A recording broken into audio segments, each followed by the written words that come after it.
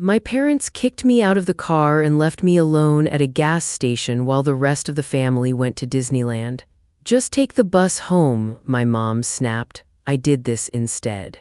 10 years later, they are still begging me to return and save them. My name is Sadie Collins. I'm 22 years old. For the past 10 years, my life has been quiet. Intentionally so. I live in the 2-bedroom bungalow my grandmother, Edith Rowan, left me when she passed. It's a small, unassuming house on a street lined with oak trees whose roots have buckled the sidewalks. The roof leaks a little when it rains hard, a rhythmic drip drip drip into a bucket I keep in the attic, but it's mine. Every board, every nail, every dusty corner is mine, free and clear. No one can take it from me. My days have a rhythm, a gentle pattern that feels like a promise kept. I wake up with the sun, the light filtering through the old, wavy glass of my bedroom window. I spend the first hour of my day with the house, patching something small. Last week it was a loose floorboard in the hall. This week it's a squeaky hinge on the kitchen cabinet. These small acts of care feel like a conversation between me and the house, a way of saying thank you. After that, I walk the 7 blocks to my job at the public library. The walk is always the same, but I notice different things each day. A new rose blooming in someone's garden, the way the morning light catches the spiderwebs on a hedge. My supervisor, Nora Green, a woman with kind eyes and hair the color of salt and pepper, hired me to shelve books when I was 16.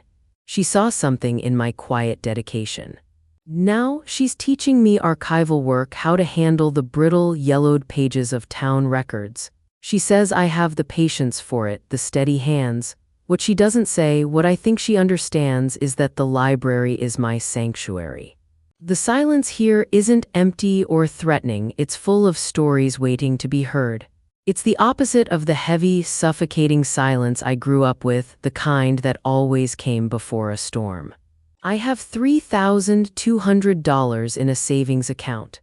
It's the same account my grandmother helped me open the day after I showed up on her doorstep, a scared 12-year-old with nothing but a thin hoodie and the bus fare she'd pressed into my hand. My most cherished possession sits on a shelf in my kitchen, Edith's old teapot. It's a simple ceramic pot, pale blue with a tiny chip on the spout.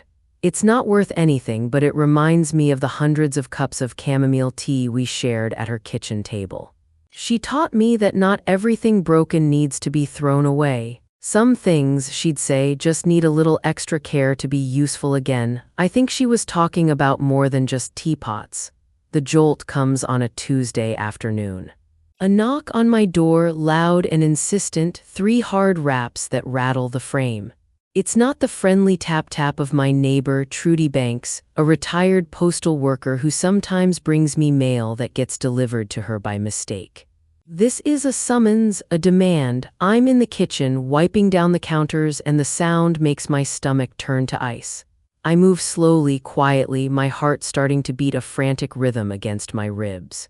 I peek through the peephole and the world tilts on its axis. It's my parents. My mother, Valerie Collins, and my father, Ken Collins. I haven't seen them in person in almost a decade. Not since that blistering hot afternoon when they left me at a dusty gas station 3 states away, on the road to a Disneyland I would never see. Mom is dressed in a crisp navy blazer, her hair perfectly styled. A forced, bright smile is plastered on her face, the kind she uses for business clients and church acquaintances. Dad stands a half step behind her, his shoulders slumped, his eyes fixed on the scuffed toes of his shoes. He always looked at his shoes when he was uncomfortable, which was most of the time. They look older, of course. There are fine lines around Mom's eyes and more gray in Dad's hair, but their energy, that's the same. It feels like a storm front moving in, heavy and charged, promising to disrupt everything in its path. My first instinct, my only instinct, is to not answer, to back away from the door, hold my breath, and pretend I'm not home. I could wait until they give up, until their car pulls away and the quiet settles back in. But then I hear Edith's voice in my head, as clear as if she were standing right beside me. "Face it, deal with it, or it will own you." She taught me not to run from things, not anymore, so I take a deep, shuddering breath, my hand trembling as I reach for the deadbolt. I turn the lock. The click sounds like a gunshot in the silent house. I open the door, the quiet is over. "Sadie, honey, you look well," Mom says. Her voice is bright, but her eyes are not. They're scanning my house, taking in the peeling paint on the porch railing and the crack in the concrete step. It's not a compliment, it's an assessment, an appraisal. Before I can say a word, they invite themselves in, brushing past me into the small living room. Dad is carrying a heavy-looking leather briefcase. It looks out of place among Edith's worn, comfortable furniture. They don't ask how I am, they don't ask about my job or my life. They launch straight into their agenda, their words polished and rehearsed. They talk about family responsibility and helping out in a tough time, phrases that sound hollow and foreign coming from their mouths. They never used words like that when I was a child, when I was the one who needed help. Then it was always about my attitude or my lack of gratitude. Dad places the briefcase on the coffee table and clicks it open. It's full of papers, bank statements with angry red numbers, overdue bills, and on top of it all, an application for a home equity loan. A loan against my house, my home. The number is printed in bold at the top of the page, impossible to miss, $115,000. My breath catches in my throat. They want me to take out a loan to put this house, the only safe place I've ever known, up as collateral for their problems. Mom explains it all in a smooth, reasonable tone. "It's for my sister, Sophie Collins," she says, $24,300 for her first-year tuition at a state university. "Sophie deserves this chance," she insists. "The rest," she adds vaguely, waving a hand as if to dismiss the enormous sum, "is to patch up some business shortfalls. A black hole of debt I know they dug themselves, one bad decision at a time." They sit there on Edith's sofa with their neat stacks of paper and their desperate, expectant eyes. They expect me to sign. They expect the old me, the girl who was raised to be their fixer, their scapegoat, their shock absorber, to quietly step back into her role and say yes. I look at the loan application, at the crisp, official-looking paper that could shatter my entire world. Then I look up at their faces. Mom's smile is unwavering, a mask of maternal concern. Dad is studying a loose thread on the rug. The air in the room feels thick and heavy, just like it used to in our old house right before the yelling started. I feel a phantom weight on my chest, the familiar pressure to be good, to be helpful, to make everything okay for them. But I'm not in that house anymore. I'm in Edith's house. I reach out and slide the stack of papers back across the polished surface of the coffee table. The sound is soft, but it feels like a declaration of war. "No," I say. The word is quiet, but it fills the entire room. It feels both terrifying and powerful, like a muscle I haven't used in a very long time. Mom's smile tightens at the edges, the brightness turning brittle. "Sadie, this isn't a request," she says, her voice losing its gentle edge. "This is about family. Sophie is your sister. She deserves this chance." She frames it as my duty, my obligation, as if I owe them for a childhood I barely survived.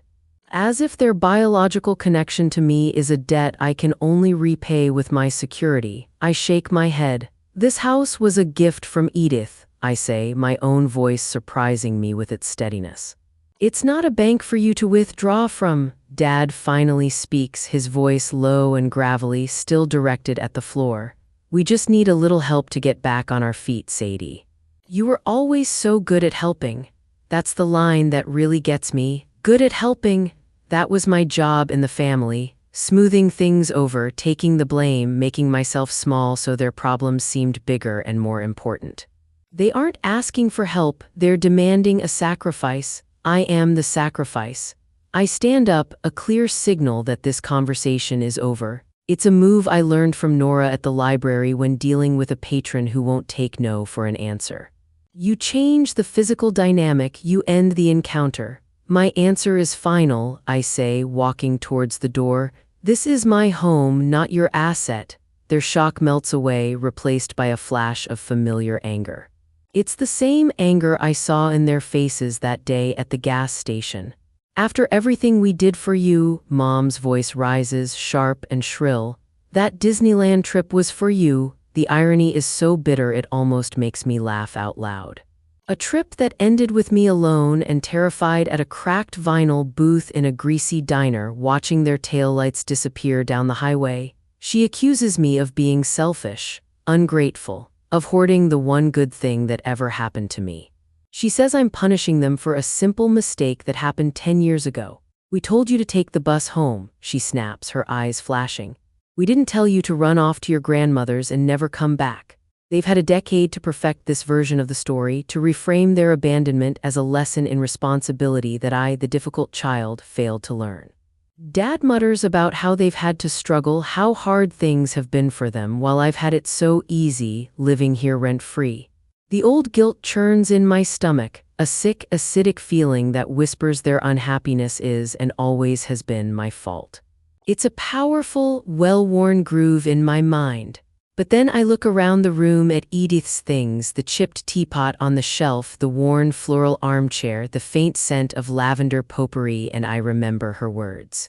Their choices are not your burden, Sadie girl, you lay that down. I hold my ground. I open the front door and wait. They finally get the message, grabbing their briefcase of failed plans and storming out without another word. After they leave, I sink onto my porch steps, my hands shaking so badly I have to tuck them under my legs. The quiet returns, but it feels different now, fragile and threatened. A few minutes later, my neighbor, Trudy, comes over from her house next door. She's in her late 60s with a cloud of white hair and a no-nonsense look in her eye. She's holding a plate covered in foil. She saw their car, a big, flashy sedan that didn't belong on our quiet street. Vultures are circling, she says, her voice gruff but not unkind. Trudy has a way of cutting straight to the heart of things. She hands me the plate. Oatmeal raisin cookies, still warm. I tell her everything. What they asked for, the loan papers, the whole ugly conversation. She listens without interrupting, her expression growing more grim with every word. She doesn't look surprised. That house is your security, Sadie, she says firmly once I'm done. It's the one thing on this earth that's yours and yours alone. Don't you let them touch it. She tells me a story then about her own brother, a man who drained their parents' retirement savings with one last business venture after another. He always had a good reason, a sob story, a promise that this time would be different. It never was. People like that don't change, Trudy says, looking me straight in the eye. Their appetites just get bigger. They see you have something they want and they will say anything, do anything to get it. Her words, blunt and honest, are like a splash of cold water. They solidify my resolve. I'm not being selfish by saying no, I'm being smart. I'm protecting myself. As she gets up to leave, she pauses. You watch your mail, kid, and it might be a good idea to check your credit. It's an oddly specific warning and a chill runs down my spine. It sticks with me long after she's gone back to her own quiet house. The next day, my phone rings. I see Mom's name on the screen and my stomach plummets. I almost let it go to voicemail, but I know that will only delay the inevitable. I answer. Her tone is syrupy sweet, a complete 180 from the rage she showed yesterday. Sadie, honey, I'm so sorry about yesterday, she coos. Your father and I were just so stressed. We were a little emotional, she apologizes, but it's not a real apology. It's a tactic. She launches back into her sales pitch, this time focusing entirely on Sophie. She talks about how brilliant Sophie is, how this is her one big shot at a better life. She paints a heroic picture of me, the loving older sister who can swoop in and save the day, the one who can make her sister's future possible. It's a carefully crafted narrative designed to make me feel powerful and guilty at the same time. Have you had a chance to reconsider? She asks, her voice full of false hope. Not have you changed your mind, but have you come to your senses? I take a breath and channel Nora, my library supervisor, picturing how she handles difficult, persistent patrons. I keep my voice level and calm. Mom, my answer is still no. The sweetness in her voice evaporates instantly like water on a hot skillet. A cold silence hangs on the line for a second, and then she says, "You'll regret this, Sadie. When you're all alone, you'll remember this. Family is all you have." She hangs up. The threat is clear: comply or be an outcast all over again. The manipulation is so transparent, so familiar, but for the first time in my life, I see it for exactly what it is. It doesn't make me feel guilty, it makes me feel angry. Trudy's warning about checking my credit echoes in my mind all day. It feels dramatic, maybe even paranoid, but my parents' desperation felt dramatic too. I start thinking about the odd letters I've gotten in the mail over the past few years. They were always addressed to S. Collins at my address. I always assumed it was just junk mail for a previous resident, and I'd toss them in the recycling bin without a second thought. Now I'm not so sure. I go to the library on my day off. I can't do this at home. My house feels too vulnerable right now, like they might show up again at any moment. I need a neutral space, a place where I feel safe. Nora sees me come in and gives me a knowing look. "Trouble at home?" she asks gently, her voice low. I can only manage a weak nod. She doesn't pry. She just points me toward a private study carrel in the back, a little cubicle with its own computer, and says, "Take all the time you need." I sit down and pull up a free credit report website. My heart is pounding against my ribs so hard I feel it in my throat. I've never done this before. The site asks for my personal information, including my social security number. I've had it memorized since I was a little kid. Dad made me learn it for emergencies. Another bitter irony, my fingers fumble on the keyboard as I type in the numbers, my hands slick with sweat. I click submit and watch the little loading circle spin on the screen. Each rotation feels like an eternity. Then the page loads, and a cold dread, thick and suffocating, creeps up my spine. There are things on this report I don't recognize at all. There's a credit card listed. A major bank card, one with a familiar logo I've seen on 100 commercials. I lean closer to the screen, my eyes scanning the details. The report says the account was opened 8 years ago. I was 14 years old.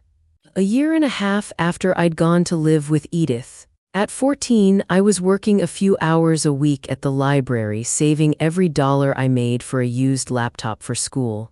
I didn't have a credit card.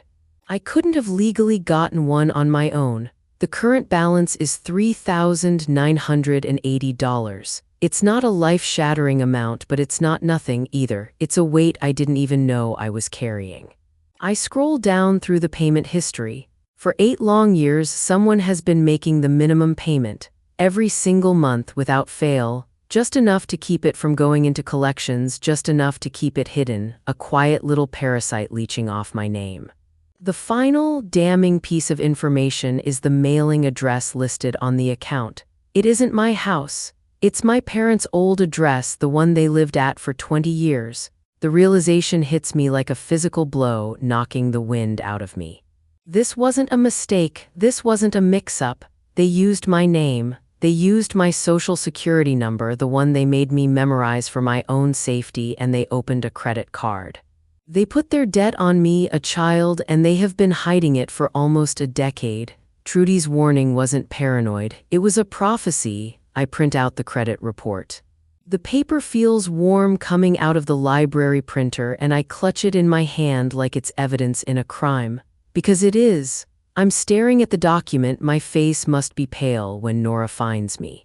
She puts a gentle hand on my shoulder. "What is it, Sadie?" I can't bring myself to say the words out loud. I can't say my parents stole my identity. It feels too monstrous, too unbelievable. So I just point to the line item on the page, the credit card with my name on it. She leans in, her eyes scanning the report. Her expression, usually so soft, hardens into something I've never seen before. "Oh, Sadie," she whispers. She doesn't offer me any empty platitudes or tell me it will all be okay. She offers me practical advice. You need to call the credit card company and report it as fraud. You need to file a police report. You need to freeze your credit right now. She looks me in the eye, her gaze steady and strong. "This is a crime," she says, her voice firm. "Don't you let them tell you this is a family matter." She's right. The $115,000 wasn't their first attempt to use me, it was just the biggest and most brazen. This has been happening for years quietly in the background of my life. I walk home, the printed report clutched in my hand. The initial shock is beginning to burn away, replaced by a cold, hard anger. They didn't just abandon me at a gas station, they never really let me go at all. They've been using my future as their personal line of credit this whole time. That night, my phone rings again. It's Sophie. She sounds upset, and for a second I'm sure she's calling to add her voice to the chorus of disapproval to gang up on me with my parents. I brace myself for another fight, but her voice is different this time. It's quiet, hesitant. "Mom told me you said no," she says, her words barely a whisper. "I did," I reply, my voice flat. "I'm waiting for the lecture, the guilt trip, but it doesn't come." "I don't blame you," she says, and the words hang in the air between us, so unexpected they leave me speechless. She tells me she overheard Mom and Dad arguing after their visit. They were furious, but also panicked. Sophie admits she felt guilty about them asking me for the tuition money. She says she told them it was too much, that it wasn't fair. For years, they'd told her that I was the difficult one, the one who ran away and broke the family apart. I think for the first time, she's starting to see the cracks in that story. There's a long pause, and I can hear her take a shaky breath. "Sadie," she says, "there's something you should know about the Disneyland trip." This is the first time in 10 years she's offered me anything other than polite, distant small talk at holidays. This is something new. I sit down on the edge of my bed, bracing myself for whatever comes next. "It wasn't a spur-of-the-moment thing," Sophie says, her voice cracking. "What they did at the gas station?"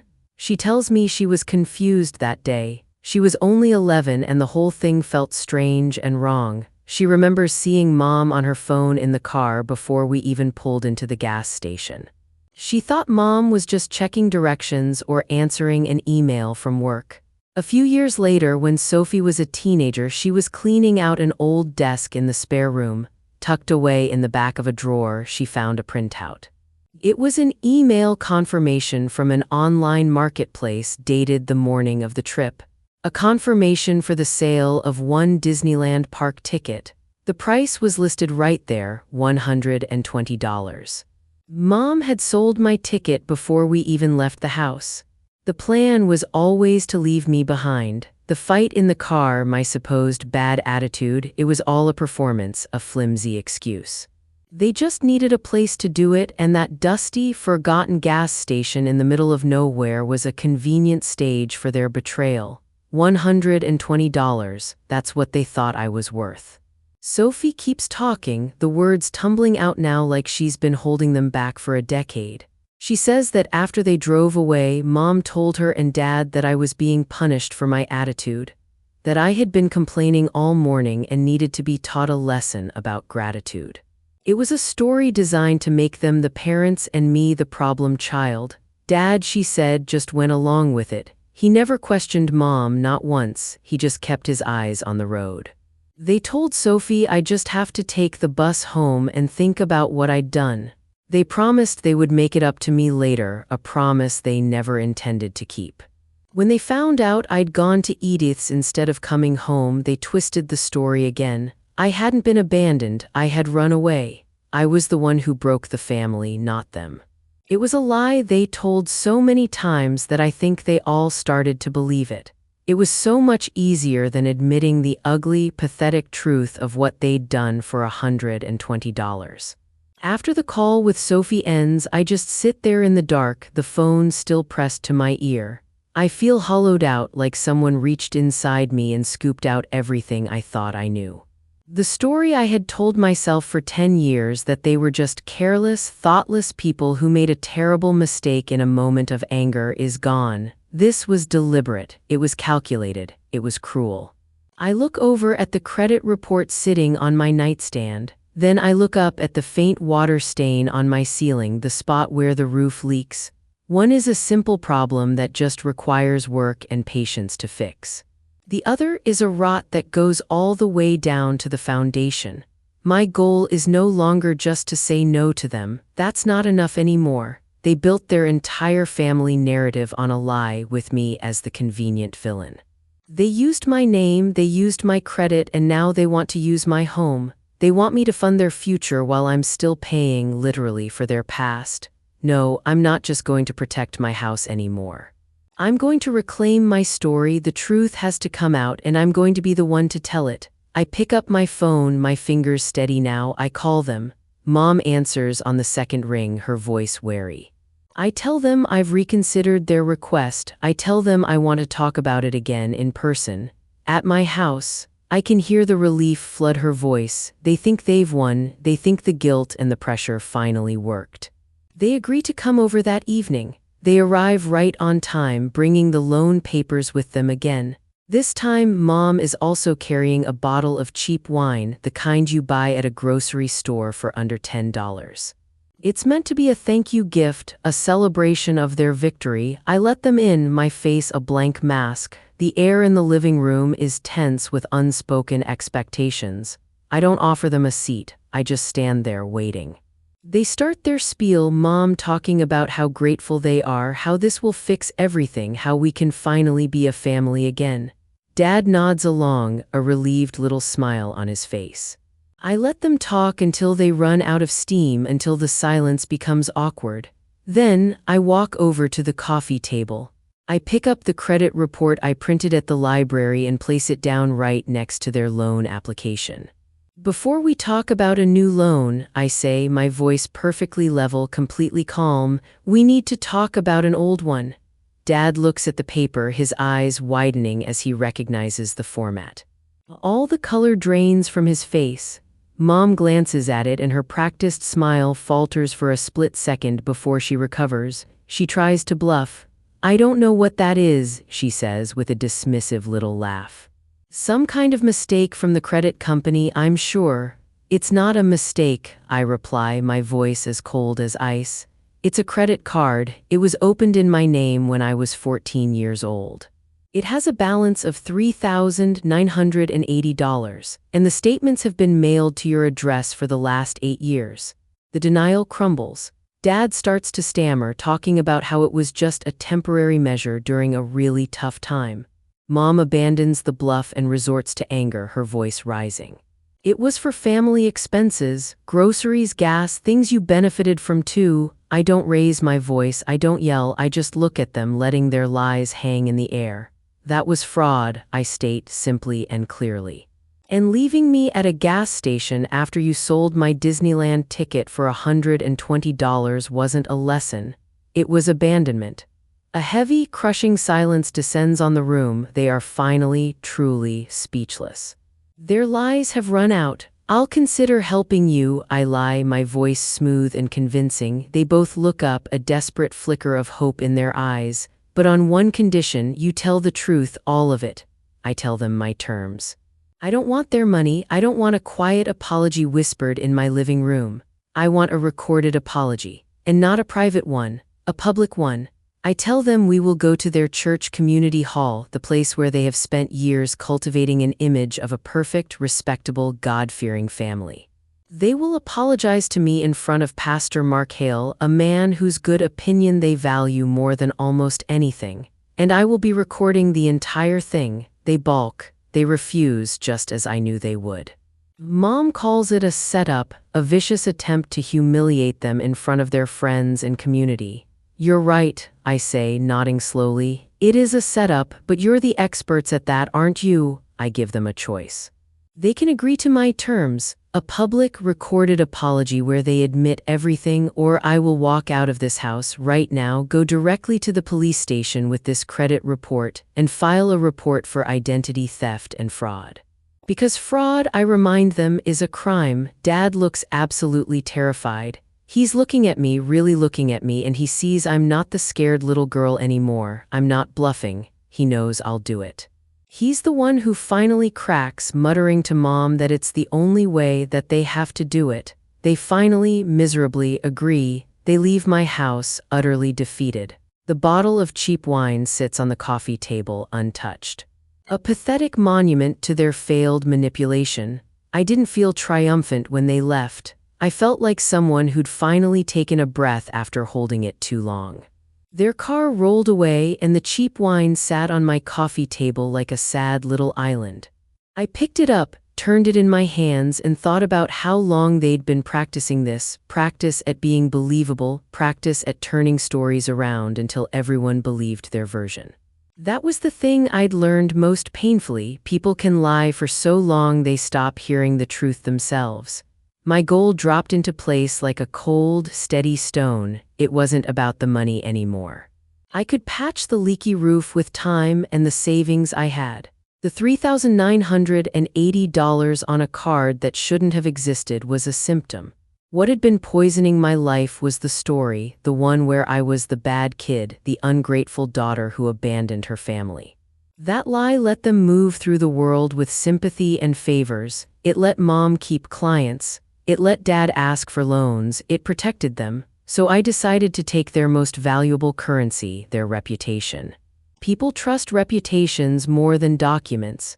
People forgive small crimes when the face in front of them seems sincere. If I could put the truth where everyone could see it, they couldn't hide behind the armor of a practiced smile. I didn't want to humiliate them for the thrill of it. I wanted consequences that matched their choices. I wanted the truth to be a thing that lived in light, not in the dark corners where they could spin it. I picked up my phone and called Pastor Mark Hale. I told him it was a family matter that needed mediation. I didn't tell him everything. I didn't have to. He accepted without hesitation. He'd counseled them for years. Pastor Hale's approval mattered to them in a way money did not. That was why I chose the church hall for the meeting. It was an ugly, strategic decision, and I felt the same calm I did when I fixed the hinge on the kitchen cabinet. Precise, necessary. I arranged the time, told him we needed witnesses, and left his office feeling both scared and oddly clear. I knew what the public apology would do. I knew how it would sting. But I also knew that when you set a lie on fire, the people who relied on it had to either come clean or get burned. They came back the next week, smiling and brittle, thinking they'd cornered me into some deal. I let them think it for a little while. I let them imagine the old dynamic had returned, that the frightened child had come out and learned to beg. When Dad stammered and Mom's face went pale as the credit report sat between them and the loan papers, when they finally agreed to my terms because they were left with no choice, I felt a strange little victory. They hadn't beaten me, they'd handed me the thing they thought they controlled. The day after I issued my ultimatum, the calls started. At first it was small, the kind of calls that are easy to shrug off. An aunt I'd only seen at funerals called with a voice full of feigned shock. "Your mother called me," she said, breathless and on the verge of tears, "and she sounded so hurt. You don't understand how much they've suffered.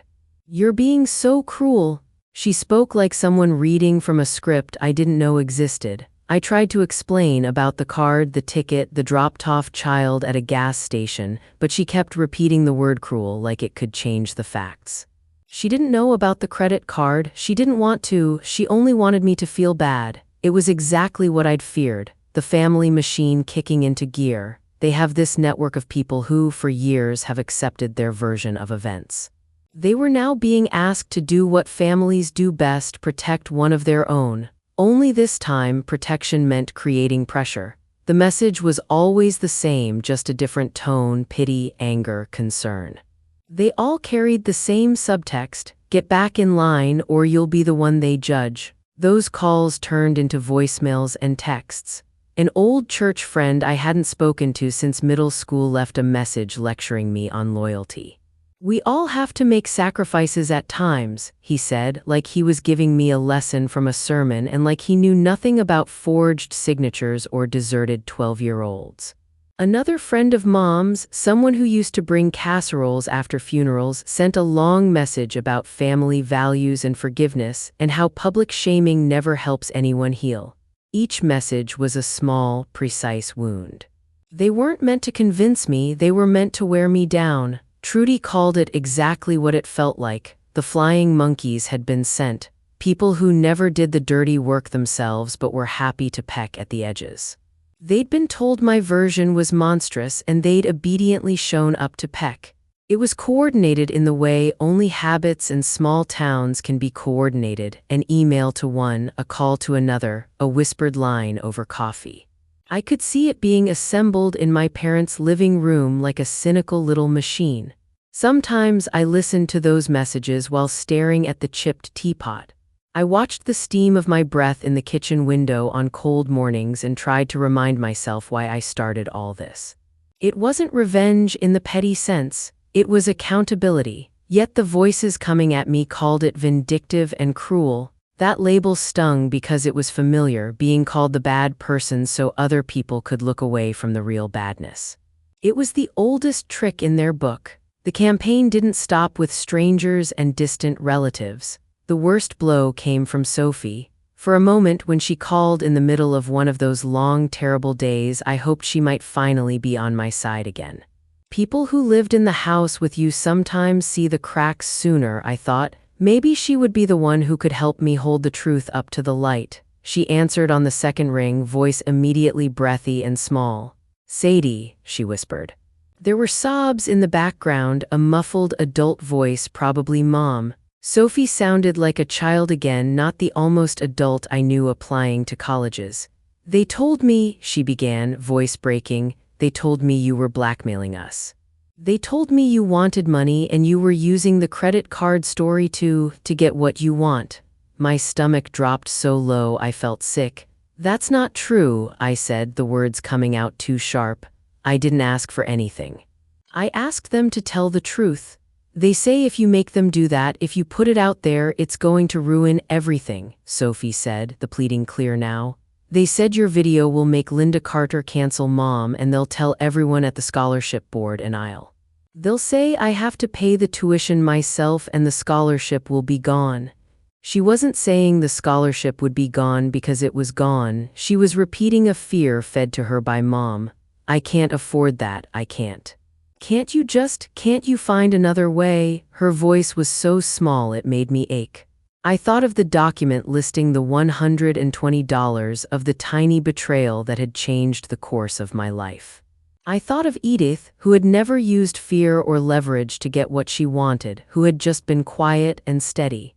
Sophie was asking me for mercy not because she understood what was right, but because someone had terrified her into thinking this was the only path to her future. "Don't you see?" I asked, softer now. "They're using you, they're using your future to scare you into silence. If you let them keep doing that, what does that teach you?" There was a long silence. In that space, I could hear someone else's voice in the background, probably Mom, saying we need to keep her quiet in that same low, urgent tone they'd used for years. Finally, Sophie said, "Please, Sadie, for me. For my future, please stop this." Her words were a knife. They'd turned my one remaining inside ally into a hostage by threatening the one thing she cared about most. "I can't," I said, the truth like gravel in my mouth. "I can't let them keep doing this to other people. I won't give them another second of cover." She started to cry and then her voice hardened, a brittle thing. "Then don't call me when it's over. I won't be coming to the church. I can't be made to choose." She hung up before I could answer. The receiver felt hot in my hand long after the call ended. The bridge I thought we were building with Sophie splintered into smoke. She'd been a lifeline, proof that at least one of them saw things clearly. Now the lifeline was frayed. They'd weaponized her hopes and used them against me, and the result was devastatingly effective. For a moment, the loneliness wrapped around me the way it had the day I stood at that gas station. I let myself feel small and absurd and furious all at once. Then I stood up, walked to the sink, and put on the kettle. I boiled water and made tea in Edith's chipped teapot, and as I poured, the steam blurred the kitchen window. I thought about how she used to sit here and teach me to be steady. I thought about how she never gave up on the simple work of keeping things going. There was fear in what I was doing, there was risk. But sitting with the teacup in my hands, I knew the truth was a risk worth taking. Even if everyone I cared about turned away, even if it cost me more than I'd guessed, I couldn't unsee what I knew. If they wanted a war of whispers and recruits, I'd accept it. I'd rather be lonely and right than beloved and complicit. I put the teapot back on its shelf, wiped my hands on my jeans, and started making a list: people I trusted, the files I'd need, and the exact time I'd be in the church hall. They'd sent their flying monkeys. They'd turned family into weapons. That only made me more careful, more determined, and oddly less afraid. The meeting with Pastor Hale was set for Saturday, and the days between felt like someone slowly turning a screw in my chest. The pressure wasn't always loud. Sometimes it was a single text with a picture: me at 6, grinning on a swing, captioned, "I miss my sweet girl." Mom sent it at midnight. It was meant to pull at something soft inside me. It didn't. It felt like bait. Dad left a voicemail that was all breath and pleading. He told a story about his failing business, about bills that piled up faster than he could shovel them, about how they might lose the house if someone didn't help. His voice cracked in a way I recognized from years of manipulation. It was the sound he made when he wanted pity to buy him a pass. For a moment, some old reflex, some child inside me trained to fix things, shrunk toward him. Then I remembered how they fixed me. The feeling passed like a bad smell. Trudy saw my face the next morning and didn't bother with gentle words. She brought over a pot of stew, still warm, and set it on my kitchen table. "Eat," she said, not asking. There was comfort in the way she pushed the bowl toward me, the way her knuckles flexed when she set the lid down. "Don't let them get in your head, kid," she said, stirring her own coffee with that steady, impatient motion she had. "They're rattlesnakes, loudest when they're cornered." Nora at the library gave me a paid day off. "Prepare for battle," she said with a half smile that held no joke. She crossed her arms like she was bracing herself too. "If you need me to testify about when you were here, I will. If you need anything, tell me." It was the first time anyone had offered me something that felt both practical and brave in the same sentence. But the pressure kept mounting in smaller, meaner ways. My aunt called again, weeping and indignant, convinced I was ruining our family. An old church acquaintance left a message accusing me of cruelty and not thinking of the children. Someone Mom had worked with for years sent a text about not airing dirty laundry. Each one landed like a pebble. Alone, they were nothing. Together, they made a wall. I stopped answering my phone when numbers I didn't recognize flashed on the screen. I deleted a few messages without listening. The chorus of disapproval was exactly what they wanted. A wave so loud I'd be tempted to give in just to make it stop. It was manipulation dressed up as concern. Every mean little message hardened something inside me. I thought of Edith, of the way she would sink a tea bag into hot water and let it brew until the color was right. Her quiet work had taught me patience. This, I decided, was just one more thing to let steep until it revealed its true flavor. And that was the truth. They wanted me to feel small and guilty because that made the rest of their plan easier. If they could turn enough people against me, my public standing would wilt and no one would believe me when I said they'd used my name to borrow money. But I'd learned to read their tactics. My answer stayed the same. The meeting had to happen. People needed to see the facts. The day before the meeting, Pastor Mark Hale called. He sounded worn and kind, the way pastors always do when they think prayer can fix what people won't face. He told me Mom and Dad had come to him to pray for guidance, he said. He used that soft, tired voice that made it clear he was on their side, or at least felt he had to be neutral. "They told me their story," he said. "They were very worried. They said the card was just a misunderstanding, that they co-signed so you'd have credit when you were young, and they've been making the payments. They say it was for your benefit." My jaw tightened. "They told you that?" I asked, trying to keep my voice even. He hesitated. "They did. They also told me the loan is to consolidate some high-interest stuff after your father's business took a hit." "I don't know all the details, Sadie," but he coughed softly. "Maybe you don't need to make this public. Forgiveness is powerful. We should think about reconciliation." I could hear the kindness in his words, but I also heard the slight softness that suggested he'd already let their version of the story settle in. The pastor was a good man, not a judge. He was someone who would rather ease rifts than blow them wide open. And that, I thought, was exactly the problem. They were experts at easing themselves out of responsibility. "Pastor," I said, "I appreciate your concern, but they told you a story designed to save themselves. This isn't about hurt feelings. This is about things they did. I need witnesses who will hear the truth." He sighed. "I just worry about burning bridges. People are fragile. Maybe there's a way to handle this with care." "Care won't stop them from doing it again," I said. "It won't stop them from opening more accounts in my name or from selling another kid's ticket to afford a beer. If you value truth, you'll help me hold them to it." He was silent for a beat, and I could almost hear him weighing the social fallout. "I'll meet with you," he said finally, voice small. "But please consider gentleness."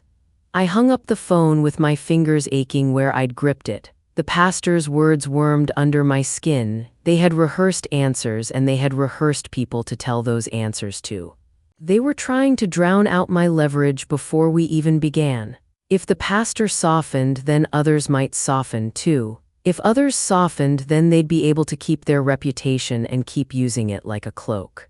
That night I combed through the papers I'd printed, the credit report, the bank statements Dad had left in his briefcase the last time they came, the old email Sophie had photographed for me.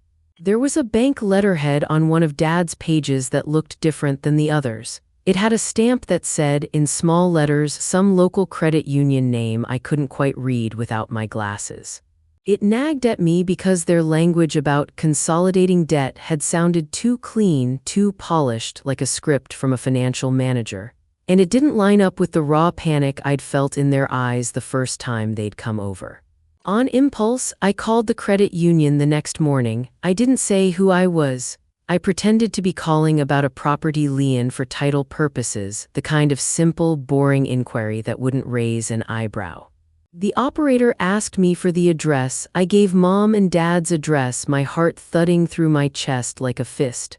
"One moment, ma'am," she said, her voice polite and professional. The hold music was soft and anonymous while I waited, imagining clerks in small offices looking at ledgers and files. After a minute, the operator came back on the line. "I can't give you exact figures, but I can tell you there's a notice on the property," she said carefully. "It looks like there have been missed payments. The account is in a stage where the bank has issued a formal warning." That's all I can say without the account holder's permission.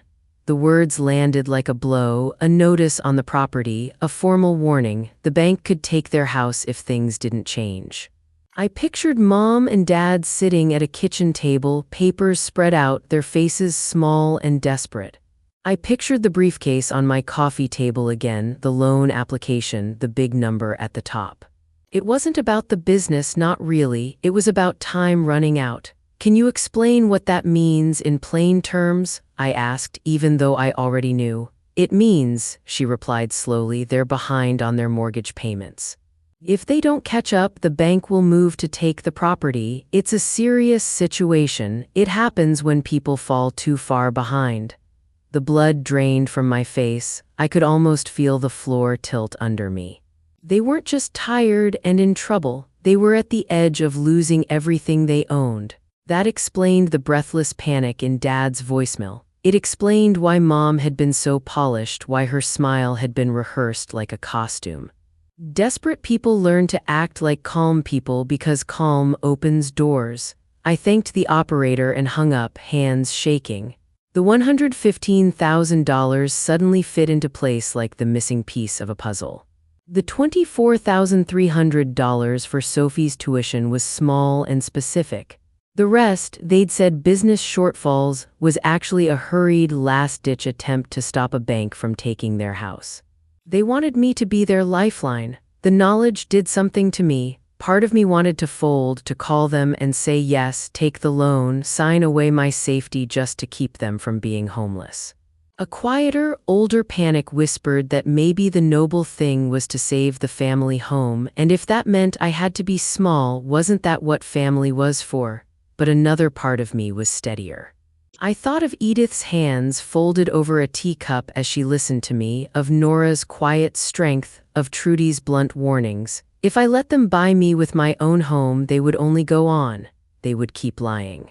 They would keep using other people's kindness until there was nothing left. There was no turning back now. The meeting wasn't a negotiation, it was an intervention. I had to strip their story of its polish and let people see the raw edges.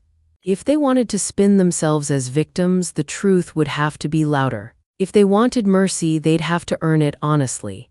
I made a list of everything I had: the credit report, Sophie's email printout about the ticket, the bank statement with the credit union mark, Dad's voicemails.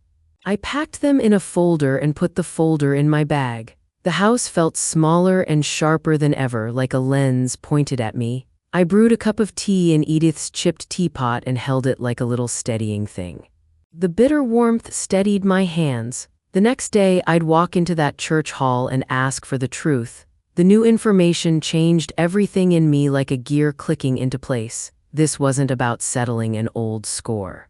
It wasn't about proving I was right. It was about stopping something that was still happening right now to people who'd never get the chance to speak for themselves.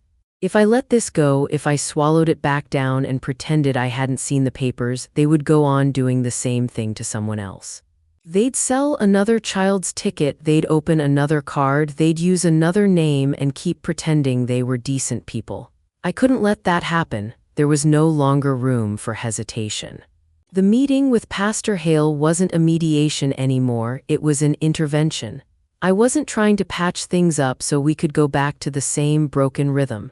I was trying to pull the rug out from under a pattern that had been working for them for years.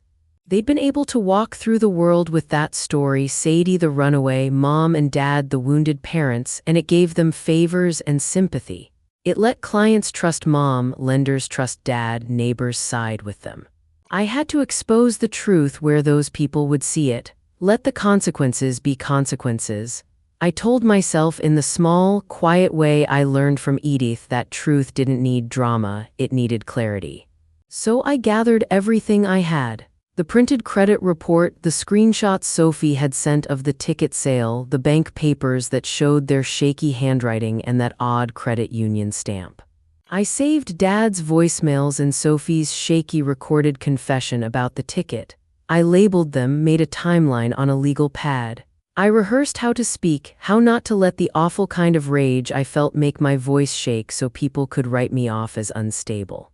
I practiced every sentence until it sounded like plain language, the kind that didn't beg for pity or sound like a plea. It was just facts. I slept poorly that week. Every creak in the house sounded like a footstep at the door.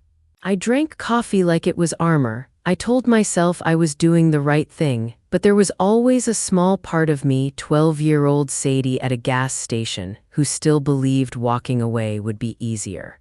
Then that letter arrived, and the world tilted in a way that made walking away feel like certain ruin. The envelope was heavy and stamped, certified. My hands went cold the minute I saw the return address. I'd done a little digging the night before and found the name of a local law firm that handled houses and bank problems. I opened the letter on the kitchen table because the table felt like the only steady thing in the room. The paper inside was crisp and impersonal. It said that a second loan had been taken out on Edith's house in the months after she died and that payments hadn't been made. It said the signature on the loan documents matched the signature on earlier papers where Mom and Dad had been my legal guardians. It said, in plain terms, that if the missed payments weren't fixed, the bank could start the process to take the house away. I sat down hard, the letter blurred. For a few seconds, my mind flew me back to that gas station, to the smell of popcorn and exhaust and the heavy, absurd normalcy of the adults who had just walked away. They had already stolen from my past, I'd thought. Now they were trying to steal my present. They'd forged my name on a document I didn't sign. They'd treated my home like a ledger entry. They'd built a machine that used other people's mercy and my silence to keep itself running. And now that machine had a legal paper with my name on it, threatening everything I had. The notice wasn't dramatic. It didn't promise to happen next week with a big truck and a camera. It promised a slow, cold robbery if I did nothing.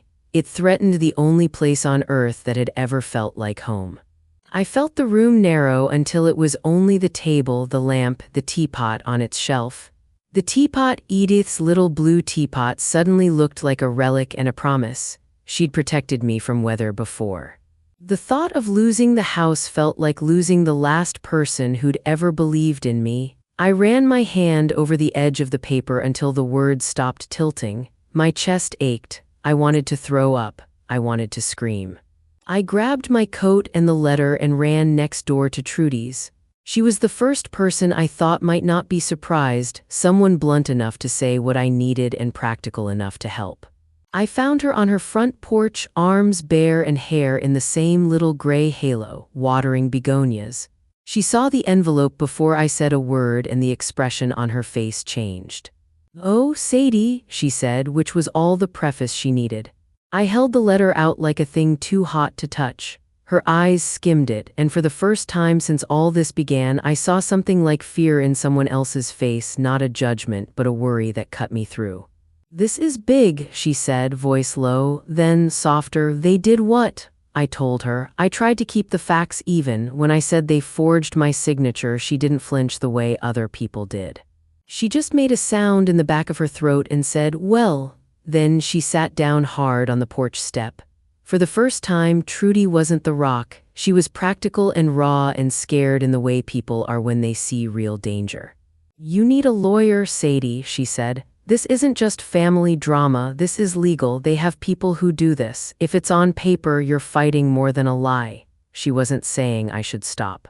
She was saying maybe there was another way besides parading this in front of a room full of people with cameras. "Maybe you should call it off, make it a police thing, get legal backup first," she suggested. "If they're willing to forge your name, they'll fight dirty. You're asking for a public war. That's dangerous." Her caution felt like an insult and a lifeline at the same time. It suggested retreat. That sting of betrayal from my parents opened like a wound again. It felt as if she thought I couldn't win a fight in the open. It felt like she was telling me to hide. And yet I could tell she wasn't judging me, she was scared for me. "Get a lawyer," Trudy repeated, more gently. "And if you still want the meeting after that, fine, but don't go in alone against men with lawyers and desperate pockets. You could lose everything." Her words stuck, and for a terrifying minute they sounded smarter than the righteous heat I'd been carrying. Could I be reckless? Would I end up homeless because I wanted to expose them? These were the exact scenarios Mom had been pushing on me in her texts and calls. What if they lose the house? What if Sophie can't go to school? What if you destroy the family? Everything clicked into a jagged, cruel picture. I stood there on her porch, the envelope heavy in my hand, feeling the ground tilt under my feet. Trudy reached out and gripped my arm like a surgeon steadying a patient. "Whatever you decide," she said, "I won't let them eat you. But be smart about this." She advised me to sleep on it, to talk to someone who knew law, to let the fight be informed and not only furious. It was a merciful thing to say. Still, when I walked back across the little patch of lawn to my house, the cold made my eyes sting, and the teapot on its shelf looked like a small, patient witness. Back inside, the house felt suddenly tiny, like a paper model on a table. The legal notice in my hand was a knife. The rest of the world seemed loud with other people's small worries, cars outside, a dog barking 2 houses down, a radio muffled through someone's window. I sat down in Edith's armchair with the letter and breathed until the dizzy edge dulled. Alone in Edith's house, the gravity of everything pressed down. The armchair smelled faintly of lavender and old paper. Light dappled through the curtains. There was a softness to these walls that had always felt like protection, and now that protection might be gone. I looked at my hands, the same hands that fixed hinges and shelved books and brewed tea, and I felt both small and enormous. Small because a bank letter and a forged signature could make me feel like a child again. Enormous because I was the only one who had all the pieces. It was the smell of chamomile that steadied me. I made tea in Edith's chipped pot, the water hissing and then settling into a quiet steam. I held the mug between my palms, feeling the warmth seep in. Memories unspooled, Edith teaching me to knot shoelaces, her steady, blunt ways of telling the truth, the way she never tried to fix me with cheap apologies. She taught me how to keep going by doing the next right thing. That small ritual, tea in hand, breathing in lavender, was like a talisman. I thought of the meeting, of Pastor Hale's polite voice, of the rows of folding chairs, of Mom and Dad's practiced smiles. I thought of Sophie's hushed confession about the ticket, the credit report, the odd bank stamp. I thought of Trudy's worried face and her lawyer suggestion. The stakes had multiplied. The risk wasn't just social humiliation for Mom and Dad. It was that I could end up without a roof over my head if I moved too fast and wrong. I almost picked up the phone to call them to tell them the meeting was off. It would have been the easiest thing in the world to call and say I'd been mistaken, that I didn't mean to cause trouble. But then I remembered the scraping hollowness of being 12 and watching their taillights. I remembered that they had chosen to make a child disposable for $120. I remembered the credit card in my name and the months of quiet payments someone else had been hiding. If I backed down now, their pattern would keep on. The forgery would remain unchallenged. Another child someday might be the one left at a pump. I put the teacup down and smoothed the tea towel. The room felt full of small, ordinary objects that meant something. The rocking chair that never rocked when she was angry, the old radio that always played the news in the morning, the little wooden box where Edith kept her spare change. There was a kind of quiet courage in those objects. Edith's life had been ordinary and honest. She'd chosen to leave me this house because she believed I belonged somewhere. I wasn't about to hand that faith back to the people who'd used it as a stepping stool. I sat there, the legal letter folded on my lap, and let myself feel all the fear I needed to feel. Then I made a decision the way Edith would have liked, slow, practical, and a little stubborn. I would get legal advice, quietly. I would not walk into a hall without a backup. But I also would not let them keep hiding behind a story they made up. I would set the truth in a place where people they cared about would see it. I would keep the house, or I would fight for it. The meeting would still happen, but not naively. I would bring the facts, the witnesses, and the proof. I would not be the frightened 12-year-old anymore. I would be the woman Edith had taught, capable, honest, and unafraid of my own voice. The church community hall smelled like coffee and old hymnals. The folding chairs squeaked when people moved. Pastor Hale stood at the front with his hands folded like he always did before a prayer.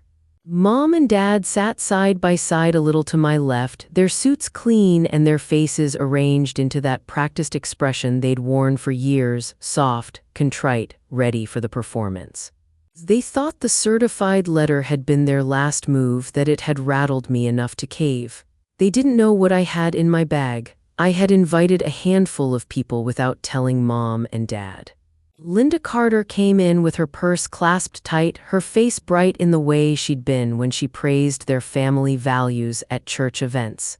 An old neighbor who'd loaned them money years ago sat with his jaw tight. Nora slipped in and gave me a quick, steadying nod. Trudy arrived last, hands in her pockets, looking like she was ready for a storm.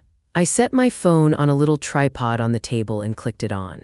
"For my own records," I said, trying to keep my voice steady. Pastor Hale opened the meeting with a prayer about grace and truth, his voice low and even. Mom started first.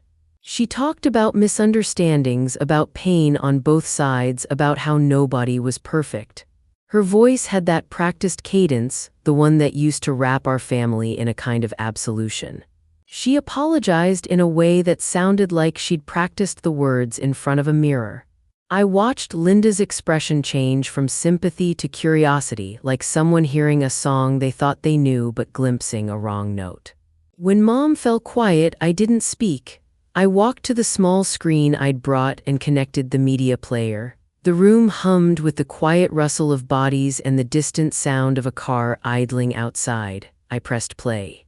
The compilation I'd made was short and clean. I didn't want noise, I wanted facts.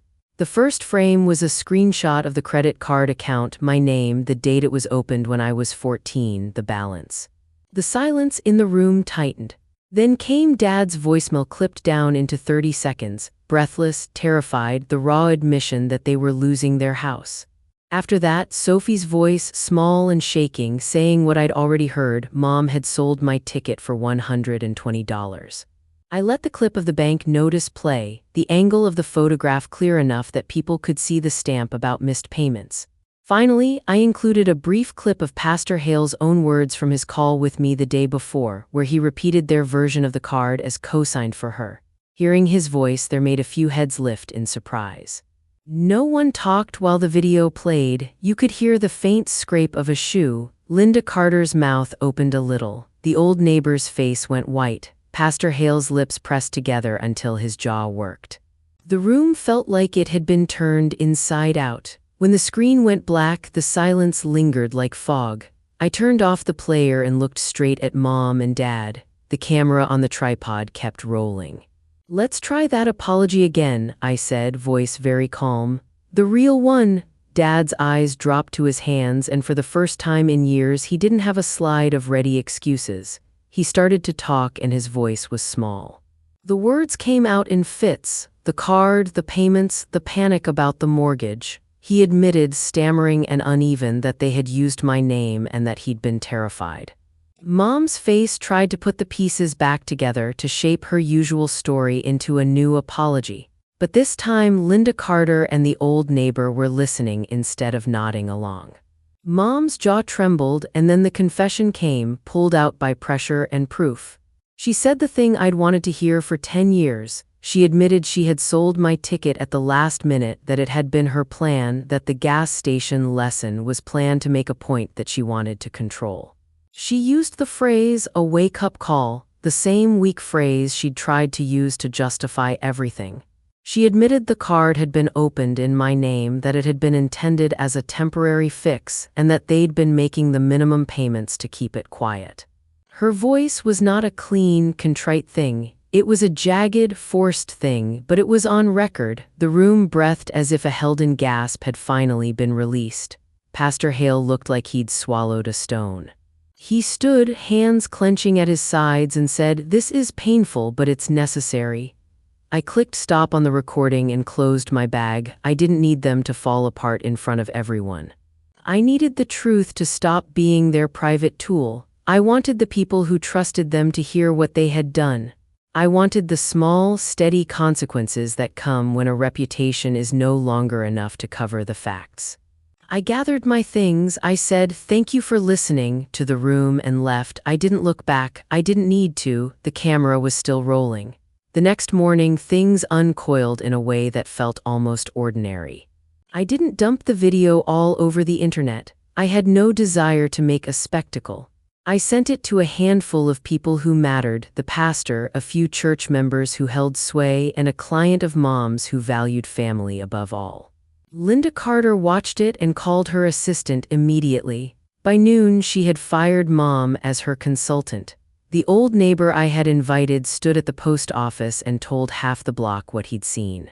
The little town did what towns do. Word moved fast where it had to, and the people who had once given Mom the benefit of the doubt found themselves looking at paper and video instead of a rehearsed face. Mom and Dad became, overnight, someone else's cautionary tale. They sent me one last message, angry, hateful, trying to blame me for their downfall, and then they vanished from my life the way they'd always wanted to be seen. Small and protected by distance. I heard from Sophie a week later. She said they had sold their house and moved 2 states away. She said Mom cried and apologized over the phone, but it sounded thin and practiced, like a voice that had learned how to sound like it meant something. The legal threat against my house evaporated, too. Once the confession was out there, the lawyer stopped the proceedings. The forged signature and the paper trail didn't disappear, but the fact they had admitted to their actions shifted how people dealt with the bank and the lawyer. It wasn't an instant, cinematic victory. There were still phone calls, still forms to fill, but the worst immediate threat receded. Trudy came over that night with a bottle of very nice champagne. She set it on my kitchen table like an offering. "I should never have doubted you," she said, uncorking it with the blunt efficiency of a surgeon. We poured 2 small glasses and didn't make a show of toasting. We just drank, and it tasted like quiet. The victory wasn't loud. It wasn't a headline. It was the thin, clean sound of my life becoming my life again. The noise they'd made about family and duty and forgiveness fell away, and what was left was the simple absence of their interference. I slept like someone who had finally closed a door that had been left ajar for years. With the quiet came space to build the life I actually wanted. I turned the garage into a small workshop with Edith's tools and started a plant and repair business. I repaired neighbors' chairs, repotted plants, fixed broken fence boards, and gave things new life. People paid what they could. The work was honest and steady, and evening by evening it brought in more than I expected. With the first $5,000 I set aside, I started a micro-grant program I called the Right Bus Fund. The first person I helped was Jaden Ortiz, a kid Nora had mentioned who worked odd jobs at the bookstore and carried the look of someone used to watching for exits. He needed $500 to get away from a place that felt like the same pattern as my old house: people taking and never giving back. No long forms, no interviews, no prove you deserve it exams. I wired the money to his account, printed him a bus ticket, and watched him disappear down the street with a duffel and a plan. He later came back for volunteer work, helping me hang shelves and deliver plant boxes. The Right Bus Fund gave 10 grants that first year, each $500, simple and fast. They weren't solutions to everything, but they were the precise thing a person needs when starting over, a small, real way out. The house stayed mine. I patched the leaky roof myself, up on the ladder in the bright sun, cursing and laughing when a shingle slipped under my knee. I learned to take pride in the way the paint looked after a coat of color. I brewed tea in Edith's chipped teapot on the porch and let the steam carry the days away. Sometimes Nora would stop by with a stack of records and sit on the steps, and we would talk about the town and the people who surprised us by stepping up. I didn't set the Right Bus Fund up to be a monument. It became, instead, a kind of neighborhood lifeline. Jaden helped me post flyers and organize a little online forum that didn't ask for explanations. People told me stories: kids who needed a train ticket to stay with an aunt across town, a teen who needed the first month's rent to get into a safe room. The money I made from small repairs and a plant sale built a slow, steady bank of help. It wasn't much in the grand scheme, but it was mine to give, and it didn't cost me my dignity. I often sit on the porch in the evenings, the chipped teapot steaming on the table, and watch the sun slide past the oaks. The girl left at a gas station learned to rebuild a life one small, steady choice at a time. The house that was given to me by someone who believed I belonged stayed a place where people could come when they needed a bus to somewhere better. I don't know if Mom and Dad ever understood the shape of what they lost.